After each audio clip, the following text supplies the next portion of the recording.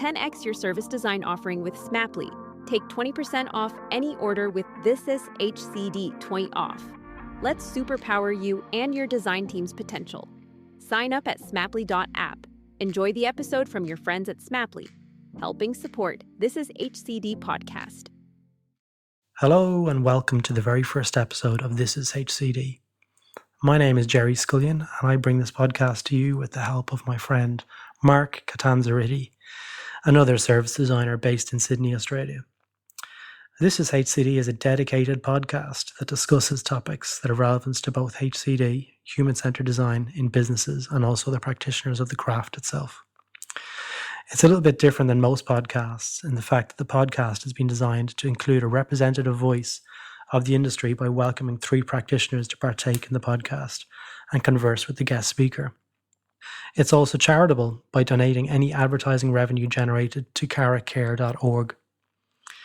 Before we jump in, however, as this podcast is recorded in Sydney CBD, I would like to acknowledge the Gadigal people of the Eora Nation as the traditional custodians of the land where we meet today and pay respect to their elders both past and present. I'd also like to acknowledge any Aboriginal or Torres Strait Islander people who might be listening in today.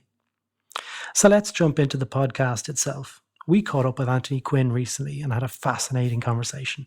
For anyone who's seen Anthony speak at design conferences will know what a strong design thinker he is. We chat about how he got into design, his motivations, and also took some questions relating to the topics of career challenges from people working in the industry today. We also discuss how to increase your influence in an organization, something that is becoming increasingly important for designers across the globe. So let's jump straight in. Let's kick it off. Anthony, thanks for coming today. This is episode 1.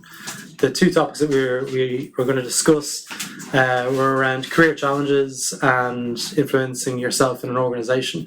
So let's kick off by telling us a little bit about yourself and your career at the moment. Okay. And thanks for having me here. It's really nice to be with everybody today, and I'm sure you guys are going to put me through my paces. I always hate describing myself and my career. I always find, for some reason, I find it the toughest thing to do. I suppose the best way I would describe myself is that, I think about why I'm into design. I've been in design for a long time, probably over 20 years now, 25 years, something like that. And I guess my journey started off in product design, did that for a while, and in the agency world, and then I moved into the whole web thing. There's a long story behind all of this. And I guess that along the way, something that came on very strongly for me was that I really enjoyed the whole creative process. And obviously, that's why I was in design in the first place. I think certainly in the early days, it was all about, and maybe this was just reflective of the kind of design education that I had, but it was all about that I wanted to design things with my name on them almost. So it was almost like art, if that makes any sense. And I think that was probably because we didn't do a lot of stuff in collaboration in uni. So I kind of came out with that mindset. But I loved design. I loved the whole creative challenge of it. I loved the product design thing of having to work through what people are interested in, what you can actually make, and how you actually in real life get it out there and actually, operationalize something. And I guess that's just a theme that's carried through. But along the way, I also got more and more interested in the impact that you have on the world with design and on people as a designer. And I guess I ended up managing lots of, at first, design projects and then teams and so on, and the impact that you have on the people around you. And so nowadays, it might sound a bit pompous and grand, but rather than describe myself by function, what I tend to say is that what I'm really about is helping people to realize their potential to make the world more growing and sustainable, and more equitable, and to make the world, to bring equality into the world just through design. So to get people fired up about how they can use design to do that is basically what I do. And so I over the years I've worked in lots of different places. I've been in agencies, I've been in corporates, and these days, today I'm sort of here with my Dynamic 4 hat on. So Dynamic 4 is a B Corp, and that value of using business as a force for good is very strong for us. And so the things that we do around that, that's the realm that we work in. And the things that we do then are, or how we do that, are through strategic design. So looking at how your value proposition, your service proposition interacts with your business model, and how you actually get that up and running and get it out there, especially in the for-purpose space, because that's definitely something that people need help with. We do design and build, so we actually help to operationalize things, because we've got a lot of, I guess, just because of the background that I have and Ben, my business partner, has, we have a lot of experience in that realm. And we also do what we call ventures, which is where we actually get involved with early phase startups, or we do them ourselves, get them up and running. As part of that, we have a grant program. And I guess winding our way through all of that, we do a lot of coaching and teaching and mentoring. Okay. So I did warn you that I hate describing myself because it takes forever, but I guess if I was to summarize, I'd say that really it's all about, what I'm really about is helping people to realize their potential to use design to make the world more growing and more sustainable and more equitable and bring equality into the world through design. And that's a really good segue into the next section of empowering designers to realize their full potential. So looking at career challenges, some of the guys here in the room, we've got Darwin Noller, who's a service designer at Westpac. We've got Veerawati Chan, who's a user experience designer at Simplicit. We've got Kevin Chan, who's a user experience designer. And we've got Peter Nesick, who's a product manager / user experience designer. We also have Mark Zaridi, who's helping us record the podcast here today as well. He's a service designer at Telstra. So one of the questions earlier on was from Peter about staying relevant in your career. So do you want to take over here, Peter, and have a conversation about that topic? Yeah. So when I asked that question, what I was thinking is, industry changes, product space changes. How do you stay relevant while doing your day job? I've always been really interested in ideas and learning, and I guess that's probably what brought me into design in the first place. Was I just loved the whole creativity of it, and I guess that's something that's always been there. So for me, it was sort of, I'd almost describe it as being curious. So I was constantly coming across things that I would find really interesting. So for example, and sometimes by accident, right? And by really getting things wrong. And then figuring out, well, what happened there and what can I do about that and how do I not let that happen again? So a really good example for me was when I got into web design, I guess. And I think back then, usability testing and usability engineering was kind of a big thing, right? And it was sort of a new idea in that realm to a degree. But in a way it wasn't, because coming from a product design background, you're always model making, prototyping, breaking things, fixing them, and so on. And you're often doing that with the people that are using them. So you're trying to get the product to fit the person. And that was often just in a very sort of physical, ergonomic way. I guess web design at the time and the whole usability thing was very similar. So I could relate to it. And a lot of people, and particularly a lot of my friends at the time, and this is when I was back in Ireland, were moving from industrial design into the web space because they had that sort of inclination, I guess. And I was lucky enough to work with some of my best mates in a company called Front End. Yeah. And so back then, what we used to do was we used to design websites. And, big deal. Now you could jump onto Wix. You could jump onto Wix. You could, Wix, WordPress, Force, you name it. You can get these things now out of a box and they're for free and it's awesome. Back then, they didn't exist. So we used to actually do websites from the ground up, including a content management system for clients. One of the ones that I worked on was for a government agency.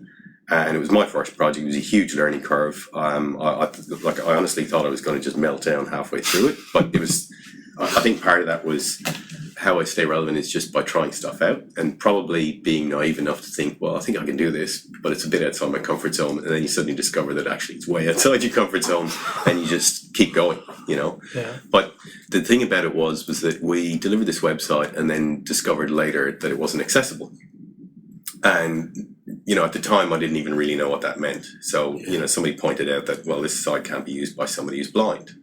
And I couldn't, my first reaction was, when I got a phone call, was one of those weird sort of out-of-body moments where you just see yourself floating above yourself. And I'm thinking, well, how do I respond to this? Do I play it's to spec, so not much I can do about it? Or are you having me on? Or, the incredulous thing? And in the end, I just sort of did tell me more.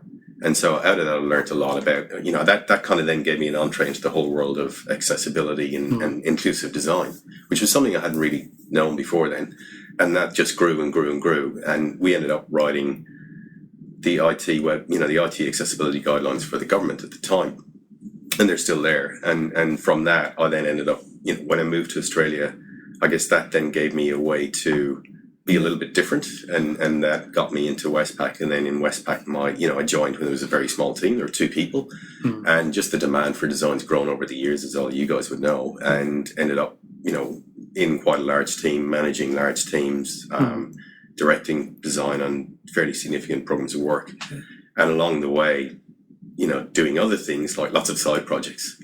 And I guess that particularly the side projects for me so some of the learning came from just putting myself out there and trying things out and just constantly looking for something new to do or asking for a little bit more responsibility, a little bit more.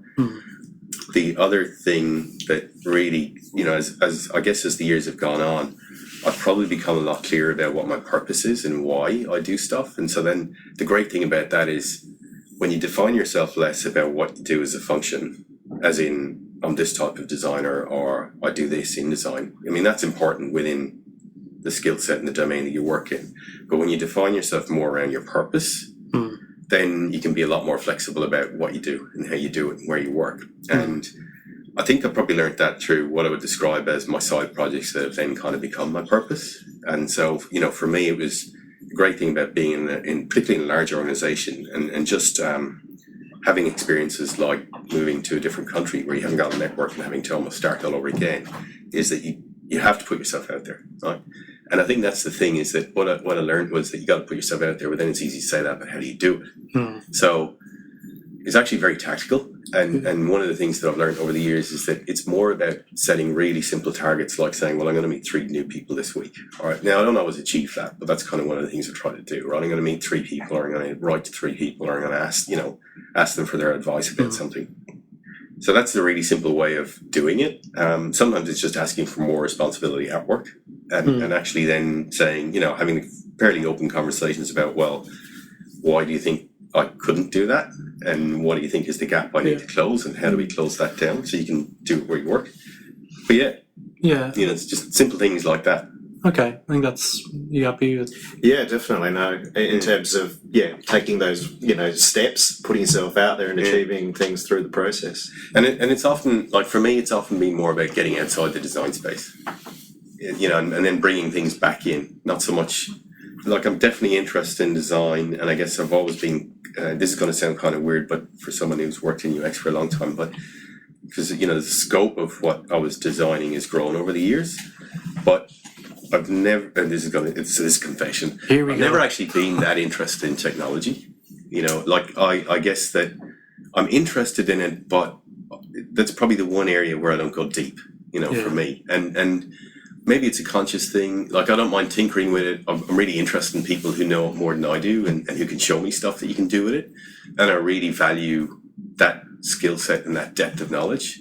But for me, that's the same as people who can manage people. I really also appreciate that there are things that other people can do that I can't do. And so I try to kind of jump around a bit and get to know people who are doing other things and then learn from them to bring back in. Okay.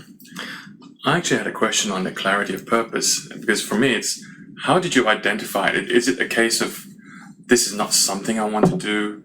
This is something I'm interested in, and did that help you define the clarity of purpose? Yeah, definitely.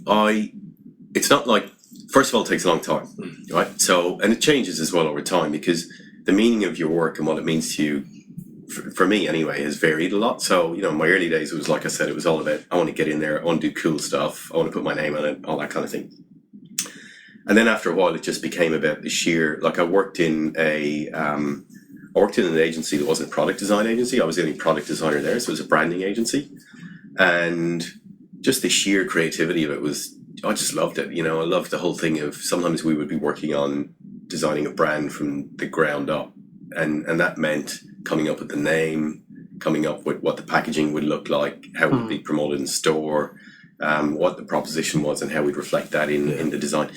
And I just love the idea that, here's me and I'm a product designer, so I should be really doing the shape of this and the form and yada, yada, yada. But just because I kind of like it, I'm also involved in coming up with the name and how we might do that and thinking about that all the time, So I think along the way, what you've got to really do is and I've probably been very lucky here in that I've had access to programs or people who've shown me how to do this or encouraged me to do it, is number one was think about your values and what really matters to you and what doesn't matter to you. So sometimes it'll be, well, you know, like I was chatting to you guys outside the room, and I was saying how when I moved here, stability was really important to me because everything in my life was sort of changing.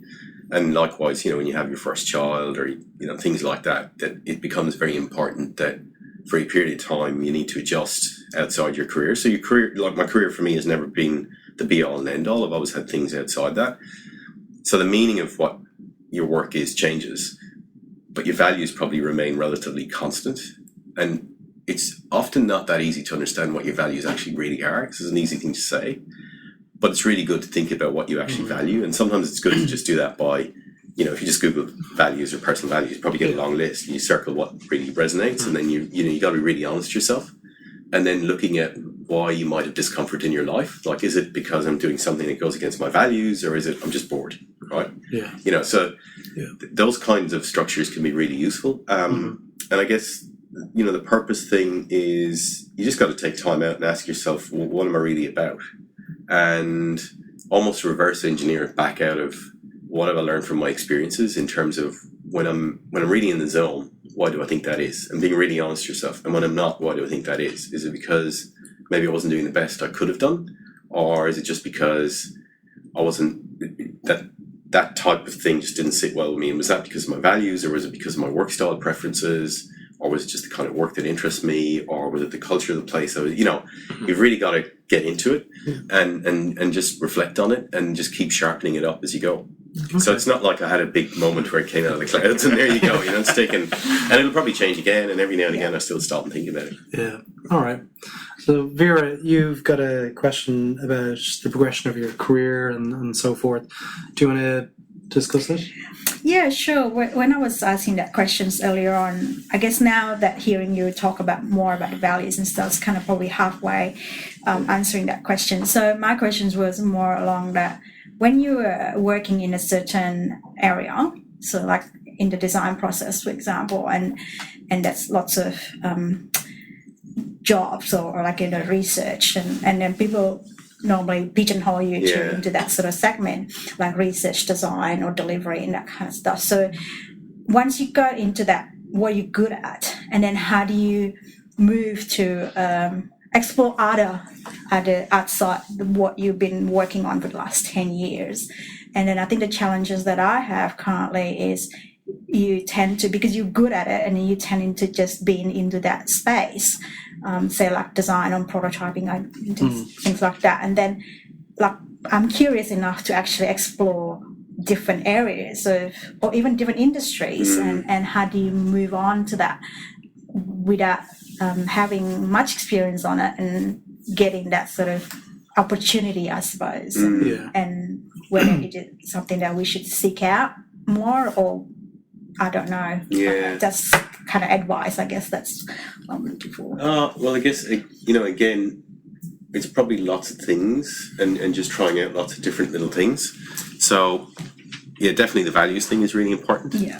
And I think you've also got to probably look at, it's often thinking slightly unconventionally, and I guess we're lucky because as designers, you have a very creative way of looking at things, and you're also able to step back and analyze things and then try something out and see if it works and then step back. So for me, one of the things that I found really early on was that, you know, one of the things that I could see in a lot of my friends and probably for me was that the standard journey, if you like, was that you come out of design school and, you know, you kind of, your big aspiration is to be like, say, creative director or something like that, right?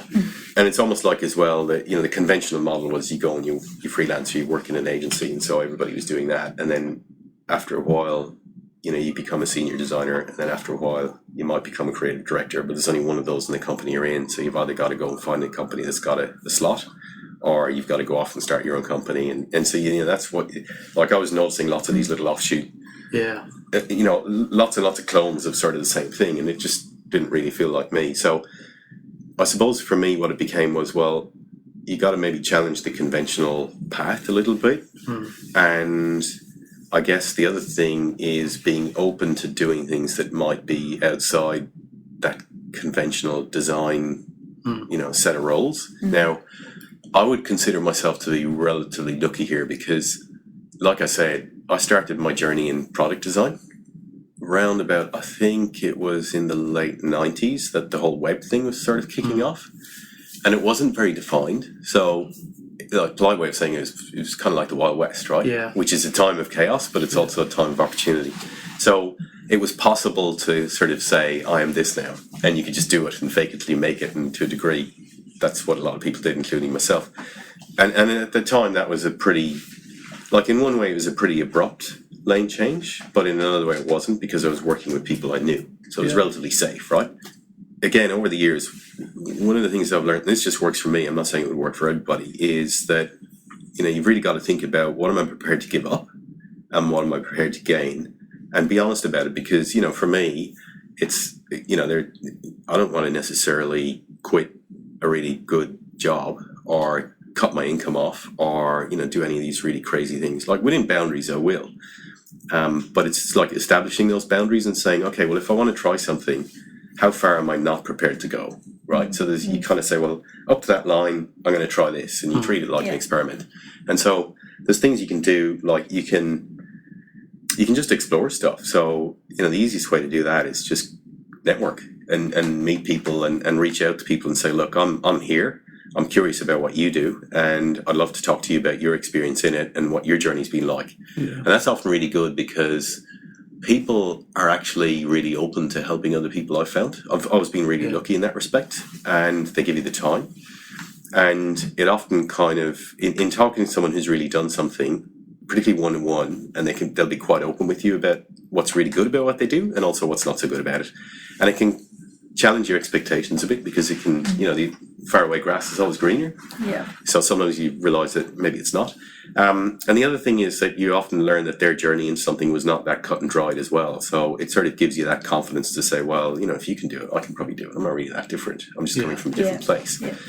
And then I think there's probably, looking for opportunities to just try stuff out. So it could be either talking to somebody at work, or it could be looking for side projects. Like, I'm a big believer in side projects. I think they're a really good thing to do, but you've got to dedicate yourself to them and say, I'm willing to invest in them, and I'm willing to do things that are maybe a little bit speculative. Yeah. And, funnily enough, I'm not really sure if it's such a big thing anymore, but it used to be a big thing in the design world that, doing speculative work was a real, you can't do that. It's terrible. You can't do speculative work. You can't do pitching for free and all that kind of thing. And I used to believe that, but now I don't, because I actually think that that's what you've got to do. Like, you've got to be, if you want to learn something, so try something out, you have to do it on a speculative basis. You can't do it. Like, nobody's going to guarantee and give you a cast iron. Yep, well, okay, if you don't really know how to do this and it goes horribly wrong, there's no accountability. So that's great. Let's just do it. Nobody's going to ever give you that.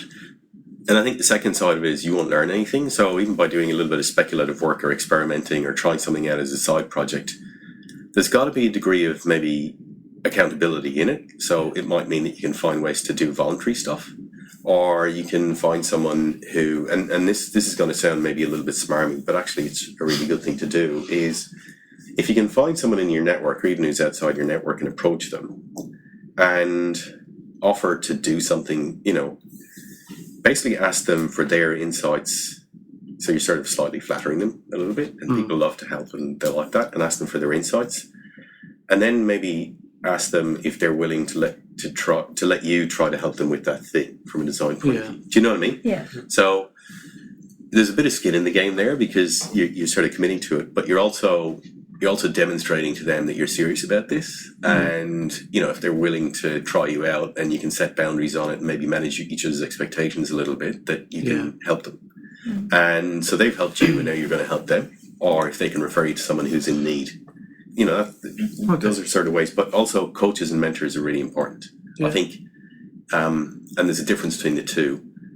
Get mentors, because mentors are often people who will share experience and insight. So they're great ways to explore outside my domain or in my domain, but in a different role. And then coaches are more about, if I want to go from A to B, they're more task focused. Yeah. So, get mentors and get coaching. Okay. There was an interesting question earlier on from Kevin, who I'm sitting beside here, about taking on extra roles and how that can impact your existing roles. So Kevin, do you want to talk a little bit more about that? So I'm in a startup, and what drew me there is it was a really interesting product, and there's great potential, and it's a great team I'm working on. But when you go in as a designer, you can see how they can improve processes or improve the design process. And so you try to influence them. You try to influence the direction. You try to influence how things are done. Whether it's introducing agile processes or introducing design processes and so on. But each time you add to that influence, you take on baggage. You take on responsibility, and it being in a startup, you already have enough work to do without creating more work for yourself. So how do you find a balance, and how do you actually influence them as well? Because sometimes people are very set in their ways, and you're an outsider who's coming in and going, well, we should look at these things, or we should look at doing this way. So it's two questions there. How do you influence them? And once you've influenced them, how do you do it without increasing your workload? Yeah. Because that could impact your actual job that you're hired to do. Yeah. Do a bad job of that. That's actually a tough one. I've often found that you almost gotta overdo it and then underdo it. So, for me, it's kind of been the case that, you take on that, you ask for it and you get it. And it's almost a case of be careful, you might get what you ask for it. And then you get more responsibility. So you've got more influence and accountability are often very tied. Mm-hmm. So you get influence by being accountable. Mm-hmm. And accountability often brings more responsibility. So you got to get more stuff done, right? And there's kind of a no excuses thing as well. So, if you're not delivering, then it's kind of that's an issue. So I guess then it really becomes a case of you've really got to, and I'm not saying I've always done this well either, because it's one of those things that you kind of overload yourself for a while, and then you kind of figure it out, and then the balance comes back again, and it lasts like that for a while, and then you get the next kick off. But for me, what I've figured out that works is, well, first of all, you do it. So exactly like you say, you just get in there. And the great thing about being in a smaller organization or a smaller team in a big organization is that you get those opportunities, right? Mm-hmm. And by naturally doing things that are outside your defined role, like that gets noticed. Yeah. And you actually get your influence from that, right? So it's the reputation that you build. And I guess what you got to do in that situation, right, is you got to learn to negotiate. Yeah, and absolutely. So the only way, negotiation is actually all about relationships, and how do you build a relationship with somebody so that both of you feel like you're getting a really good deal out of this. Yeah. And you got to really work out then what is it that really matters to that person, and that isn't necessarily always about.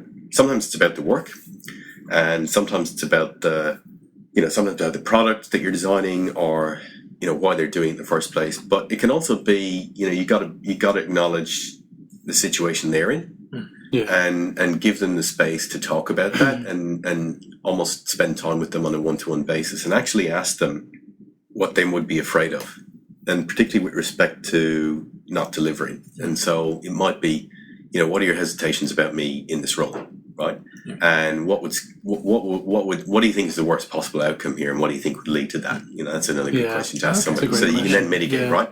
And it's also good to, when you, I'm not saying you would necessarily start with this, because it's you want to understand the other person first, right? But be ready to say, look, if you want X, then these are things we're going to have to give up, and are we prepared to do that? And let's have a chat about that. Yeah. So that's all about building the relationships and negotiating. And I would definitely recommend studying, and again, this is going to sound smarmy, it's not intended to be, but it's actually just a fact of life, is I always find it interesting when you get into this kind of stuff, because you get into politics. Yeah. And people say, I don't want to get into politics because, you go to that meeting, I just want to design this thing, I don't want to get into politics. Design's a collaborative thing, and politics is just another way of saying people are vying to be heard. Yeah. And not always, so you got to question, what are my motives here? Like, why do I want this influence, and what do I want out of this? And again, it goes back to, what also one of my values, what lines am I not prepared to cross in this negotiation? and in doing this and in doing this work this way. And you got to understand, influence and power, they're often related. And power is one of those scary words as well, right? But there's different types of power. So, people tend to say power, and you think of the first thing that comes to your head is a really, an authoritarian figure, right? Tyrant. The tyrant. I was just about to say the dictator. Donald Trump. So you have to do that. So you got to understand power and what that really means, and it's good to study these things. Like, there's a great book that I would recommend, and it can be confronting, but actually it's really good. It's called, funnily enough, it's called Power and How It Really Works, and it's by a guy called Jeffrey Pfeffer. He also wrote this other great book called Management BS, which is about all the it's good, isn't it? Yeah, it really opened my eyes. About that, What Management BS is all about. There's a lot of hype and inspiration around leadership, and Management BS kind of cuts through a lot of that and says this is what management's actually about, and this is the damage that the hype and the kind of the reverse telling of histories does to the retrospective view on history, where you get someone who's really successful or has made a big achievement, they tell you how they did it, and they make it look really glossy and easy, and actually that doesn't help people. But anyway, to get back to your question, and you've also got to learn to prioritize, I guess, and say, well, if my role has changed, what's the difference that I'm going to have to execute on? And again, maybe it comes back to having coaches and mentors and helping, getting guides to help you through that, both in terms of the experience, but also in terms of the task, because there are fundamental changes in behavior. Like, you'll have to start giving things up. And if you're the kind of person who really loves doing design, that can be hard when you take on more roles, right? If you're the kind of person who, and there's sort of like almost 3 different types of ways of cutting the role. You got to ask yourself, do I really want to be like a technical person, and I want to have my leadership in design is going to be about the craft of design? Or is my leadership going to be about the process, and so how I engage my peers in that process and how we work through it? Or is my leadership going to be about how I relate to others outside the function, and how I work with them and influence them to have a design culture in my organization? And why would I want that anyway? So it's almost picking, well, which way of that do I want to go, and then finding the right mentors and coaches who can get you there. But I would definitely recommend getting into negotiation and learning how to negotiate respectfully, and studying power, which might sound like a strange thing, and influence, which is the other thing. Huge, And probably the last thing I'd say is, it's also really good when you're really overloaded and overwhelmed. A couple of things that you can do, because you can also feel like a bit of a I shouldn't be doing this. There's that imposter thing, right? Is remember that you got invited in, so clearly somebody saw your potential, and so it's a mindset. Yeah, you kind of have to back yourself a little bit, and then almost every day say, well, get in the habit of saying, what were 3 things I did today that were outside what I'd normally do, that, okay, maybe I did them well, maybe I didn't do them well, but what worked well and what didn't do well, and just think about that. And then another question that I find really good when I'm really flat out, or when I'm really feeling under the pump, and I use this a lot, is if I only had 25 minutes to work in this, what would I do? Or half an hour, like a ridiculously small block of time, because often that's what happens when your role expands and you take on more stuff, is your diary fills up. And it's easy to say, oh no, you should prioritize and be ruthless. That's really hard to do about your time. But do that thing of, if I only had 25 minutes, what would be the one thing I'd get done today, or the 3 things, and then just do that. And, how do I get other people to do it instead of it being all on me, and set them up to do it? This is a good segue actually into Darrow, and we were discussing earlier about getting people from different streams across the business, and they could all be looking at the problem but all seeing it in a different way. So Darrow, do you want to discuss that a little bit more about your experience with that problem? Yeah, so I think this is around influencing in an organisation, and really about how might you encourage people to make better human-centred decisions, particularly in a corporate environment where you might be in a group of people that there's a mix of backgrounds and a mix of beliefs.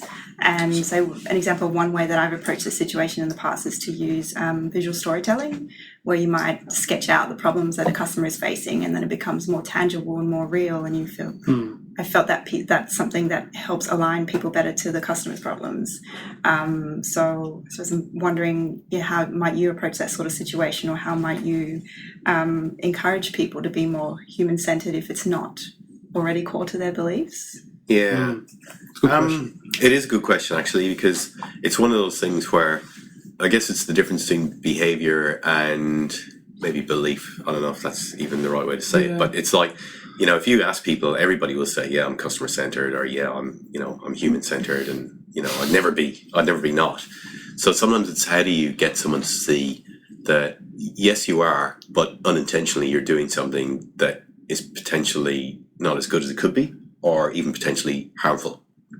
And that's a tough thing to do, because it is also the case that you've also got to give people credit for how much they will actually know about their customer. And I would say that, that's something that I've often observed in myself, is you kind of come in, you think, well, we got this process and it's awesome and we really know how to do it. And it involves going out, reaching out to people and understanding their needs and yada, yada, and then bringing them back in, telling you. And to a degree, you've got to be careful with that, because people who run businesses sort of already know a lot of that. They're not dumb, right? Yeah. And they actually, either consciously or unconsciously at some stage, came up with a value proposition because they understood their customer and they understood the need, and then they did something that fills it, right? So they're often already halfway there. It's just figuring out then, well, what's the gap?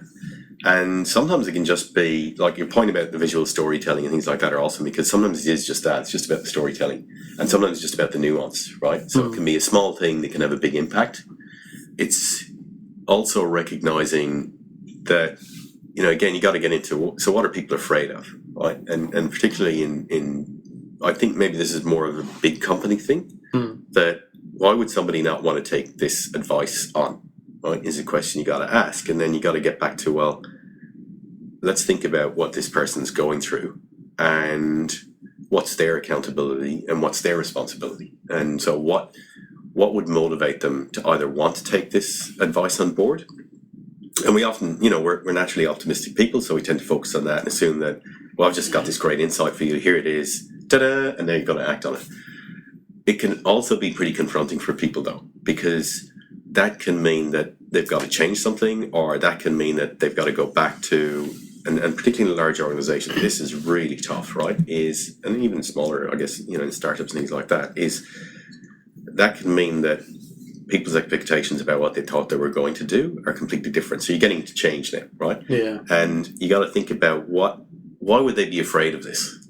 And how do I either frame that as a positive, or how do I either get that out in the open so that we can figure out what they're afraid of, so that we can determine whether actually it's valid for them to be afraid of that. And it could be, and often it can be something as simple as, oh my God, you just told me something and now I've got to go back and tell my boss that I was wrong, right? But is that a design role, do you think? I think it depends. Like, it's probably the biggest frustration that I see, or not the biggest, but it's probably one of the big frustrations I see in designers and in consumers of design services, in that, looking at it from let's say the consumer, the buyer side, right?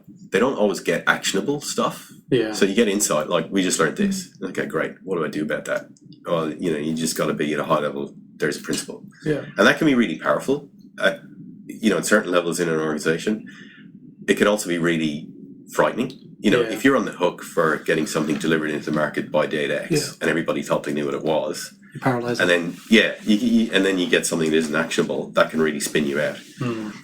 Or if it really challenges, if you find that it's and again, it's about what are the boundaries and how do you challenge, and you got to build relationships with people so you can challenge them, and that means understanding them and understanding what they're motivated by. And sometimes it can be as simple as, I don't want to lose my job, right? And I guess that sometimes it's like, if you imagine, the conversation we had earlier about someone's in a role that's, you want to try a new role, right?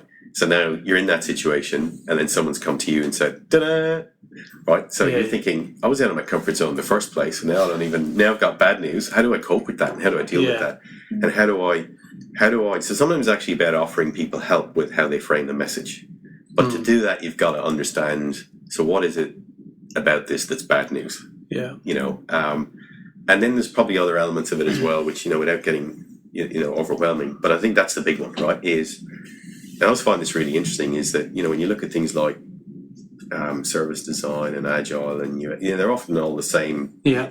For someone who is outside that realm, they look at them and they say they're all the same things, right? It's pretty much the same process. What's the different lean startup? Yeah, they're all the same, and they broadly speaking are, right, because they're all about understanding the value, understanding what needs to be delivered, understanding how to sustain that, and then working out what the minimum is to do to get that done and up and running and keep it running, and then just keep building on that. So sometimes it's just about even recognizing that it isn't about the difference in disciplines. It might be the difference in communication styles, which is why, again, your visuals are really good. Yeah. But not everybody responds to just visuals. So sometimes you got to have visuals and some numeric stuff in there as well. Yeah, right? So you tell your story with. Understanding their language, their business language, and what do they care about as well. Yeah. Because sometimes a lot of when we try to communicate why is this good for you, is actually talking in the terms of this is how much return on investment that you're going to get if you implement this, for example, as a recommendation. So because they latched on to that rather than your actual recommendation. So it's interesting sometimes. Yeah. And as part of that though, and this is where I guess it's important to draw people in and build the relationships, is say, well, this is what we think. Well, we think you're going to get this kind of return. Yeah. But do you think there's anything you see in our thinking that isn't quite right? Yeah. And so then you can start getting into that, because you don't always know their business as well as they know their business, and that's the thing, right? And I'm still the same, and you got to be, you got to have that sort of willingness to at least listen and say, well, okay, tell me more. Why are you don't seem to be comfortable? Why are you? Tell me more about that, right? What is it about this that isn't connecting or is making you uncomfortable? And just getting into that, and then I guess it's also thinking about, like, different people have different work styles and preferences. So some people just want to hear, sometimes it isn't about the insight. Sometimes it's just about, well, how do we get that done? So it's more about process. That's right. And sometimes it's more about, well, okay, I really want to do that, but what's the bare minimum of that I really need to do to get the most out of it, right? I'm happy to do it, but how do I do it within the funding envelope I have, or the time frame that I have, or, those kinds of things? Because resources are always limited. Yeah. All right, guys. That brings us to the end of the first episode of This is HCD. Anthony, thank you so much for coming in and spending the time with us this morning. Really appreciated your insights. Oh, you're welcome. I hope it was helpful, and I don't know if it was, but hopefully it was. And look, I would say, if anybody ever wants to reach out to me to sort of fill in any gaps, or even you guys in the room, just the easiest thing to do is probably hit me up on LinkedIn. So please do, because I'm always happy to try at least to answer a question, and it's always easier to get more specific in one-to-one conversations than it is in something like this. But I'm always happy to help, and thanks, and I'd be happy to be back anytime. Yeah, absolutely. I've got a cold today, so I don't know if I was at my best, but and sound great, very, very, very cool. Okay, thanks. That was great. It was really insightful. So there you have it, the very first This is HCD podcast. I think you'll agree it was a fascinating conversation, and we all really enjoyed chatting to Anthony. I would like to thank him for his time. We'll include details on how to contact Anthony if you want to reach out to him, and also include any books or articles that were mentioned in the podcast itself in the podcast footnotes. So the next podcast is in July with Chris Thelwell. Chris is a recognised design leader with a strong consulting background both in the UK and Australia. If you'd like to join us physically on that podcast and meet Chris, please see our meetup group at This is HCD, just do a search, or via Facebook page, This is HCD. We also have a website where you can see some of the amazing guests we have coming up in the rest of 2017. If you enjoyed this podcast, as we're just getting going, we'd really appreciate it if you could share socially on LinkedIn or Twitter or Facebook about the podcast to any of your peers. If you'd like to join in the conversation will be held over at the Facebook page, where you can ask questions to Anthony or myself, or if you'd like to get involved in the running of the podcast, please feel free to reach out. Thanks, and see you next time.